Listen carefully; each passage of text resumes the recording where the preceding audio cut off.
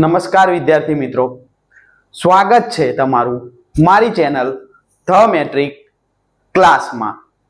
અગાઉ આપણે આપણી પ્લેલિસ્ટ સ્ટેટ મહારથીમાં ઘણા બધા વિડીયો અપલોડ કરી ચૂક્યા છે. આજનો નવો વિડીયો આપણે લઈને આવ્યા છે જે ખૂબ જ મહત્વનો છે. સરકારે જે નવી યોજના વિદ્યાર્થીનીઓ માટે મૂકી છે 2024માં, એવી યોજના અને પરીક્ષામાં પૂછાય આમાંથી પ્રશ્નો એવી આ યોજના અને મહત્વનો ટોપિક આપણો એવો નમો લક્ષ્મી યોજના. તો આજનો આપણો ટોપિક શું છે મિત્રો?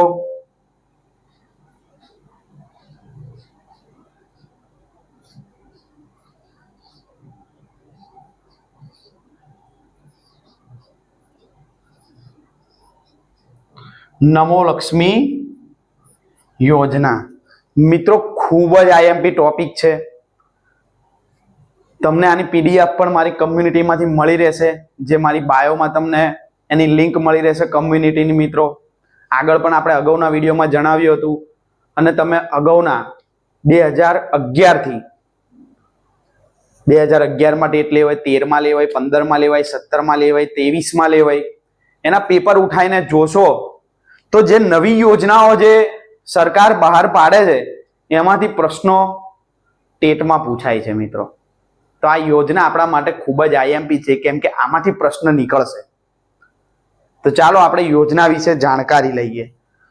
તો શરૂ કરીએ નમો લક્ષ્મી યોજના. તો નમો લક્ષ્મી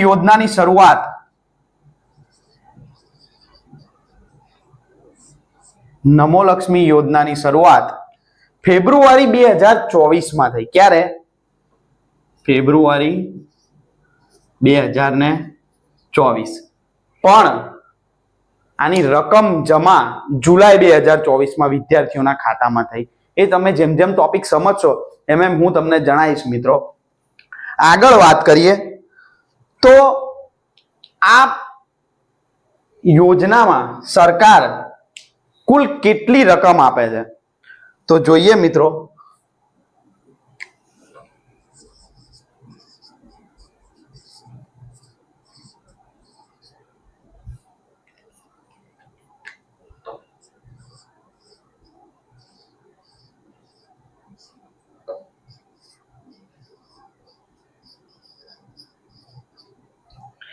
તો આ યોજનામાં મિત્રો સરકાર કુલ 50,000 રકમ ડીબીટી દ્વારા આપે છે.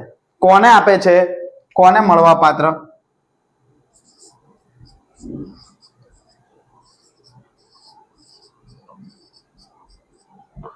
તો ધોરણ 9 થી 10 અને 11-12માં ભણતી વિદ્યાર્થીનીઓ.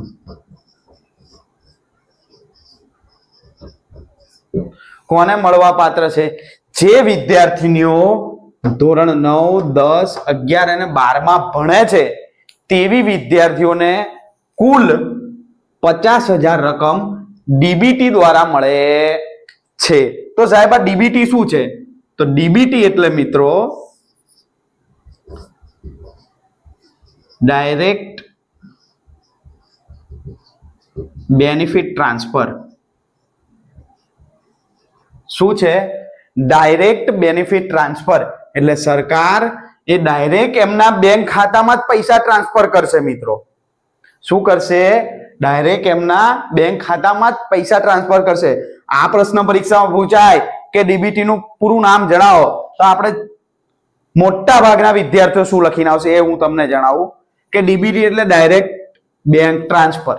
શું લખીને આવશે? Direct bank transfer. પણ ના, ડીબીટી એટલે ડાયરેક્ટ બેનિફિટ ટ્રાન્સફર છે મિત્રો, જેનાથી ડાયરેક્ટ બેંકના ખાતામાં, બેંકના એકાઉન્ટમાં પૈસા પડે છે મિત્રો. કેટલા પડે છે? 50,000 રૂપિયા. કોને પડે છે? તો ધોરણ 9, 10, 11 અને 12માં ભણતી વિદ્યાર્થીનીઓને. પણ કેવી વિદ્યાર્થીનીઓ મિત્રો? કેવી વિદ્યાર્થીનીઓ? જે આરટીઈ ની જોગવાઈ હેઠળ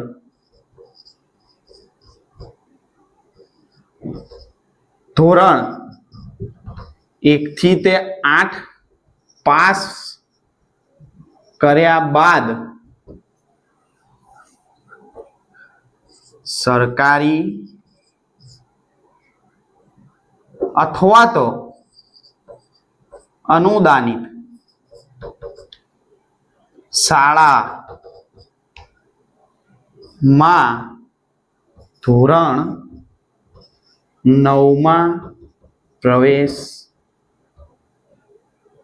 લે તેમને કોણે મળે?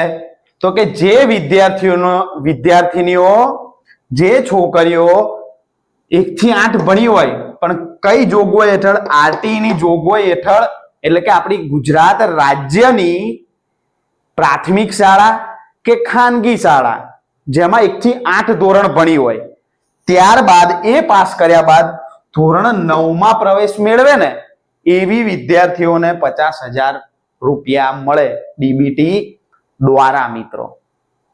ખબર પડી? હે, બીજું એમની કૌટુંબિક આવક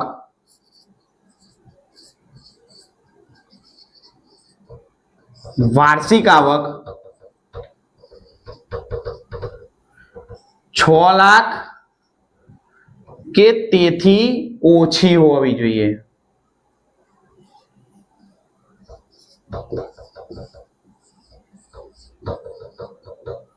બરોબર મિત્રો, આ પ્રશ્ન પરીક્ષામાં પૂછાય.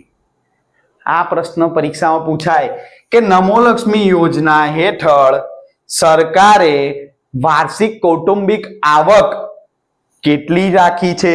તો 6 લાખ કે તેથી ઓછી હોવી જોઈએ, તો જ એ વિદ્યાર્થીઓને રકમ મળે મિત્રો. બોલો, ખબર પડી? આટલી ખબર પડી. તો આગળ વધીએ કે કેવી રીતે પૈસા મળે છે, રકમ કેવી રીતે મળે છે. હે મિત્રો, ચાલો આગળ વધીએ. એ પહેલા પૂછી નાખીએ આપણે જે નથી કામનું તે. ચલો, આ ના લખ્યું હોય તો લખી દેજો, અને જો ના લખો તો આની પીડીએફ તમને મળી જશે. બરોબર, કમ્યુનિટીમાં હજુ સુધી ના જોડાયો તો જોડાઈ જજો. મસ્ત કમ્યુનિટીમાં પીડીએફ સેન્ડ થઈ જશે મિત્રો, જેમ જેમ વિડીયો બને તેમ રોજ રાત્રે. ચાલો, આટલેથી પૂછી નાખીએ એટલે આપણને આગળ ખ્યાલ આવે.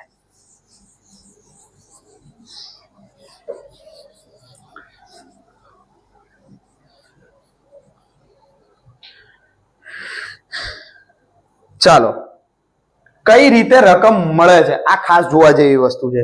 ચાલો, ધોરણ 9 અહીં આગળ હું ધોરણ લખું. ધોરણ 9, 10, 11 અને 12 આ રીતે મળે છે મિત્રો. તો ધોરણ 9 દર મહિને કેટલા મળે છે? 500 રૂપિયા. એ જ પ્રમાણે ધોરણ 10 દર મહિને કેટલા મળે છે? 500 રૂપિયા. પણ ખાસ ધ્યાન રાખવા જેવી બાબત, પણ કેટલા મહિના સુધી? 10 મહિના સુધી. કેટલા મહિના સુધી? 10 મહિના સુધી મળે છે. 10 જ મહિના મળે મિત્રો, 2 મહિના મળે ને આખું વર્ષ ના મળે. દર મહિને 10 મહિના સુધી કેટલા મળે? 50,000 રૂપિયા. કેટલા મળે? સોરી, 500 રૂપિયા. કેટલા મળે?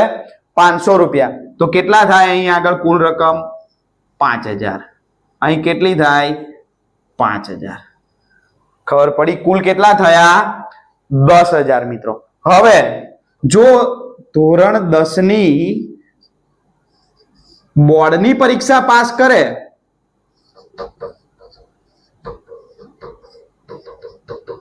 તો બીજા 10,000 ડાયરેક્ટ મળે. ધોરણ 10 બોર્ડ પાસ કરે તો સીધા 10,000 બીજા મળે. એ પ્રમાણે મિત્રો ધોરણ 11 દર મહિને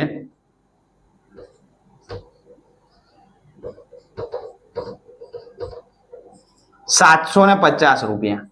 કેટલા મહિના સુધી? 10 મહિના સુધી. કેટલા મહિના સુધી? 10 મહિના સુધી મળે. કેટલા મહિના સુધી? 10 મહિના સુધી. ધોરણ 12 પણ દર મહિને કેટલા મળે? 750.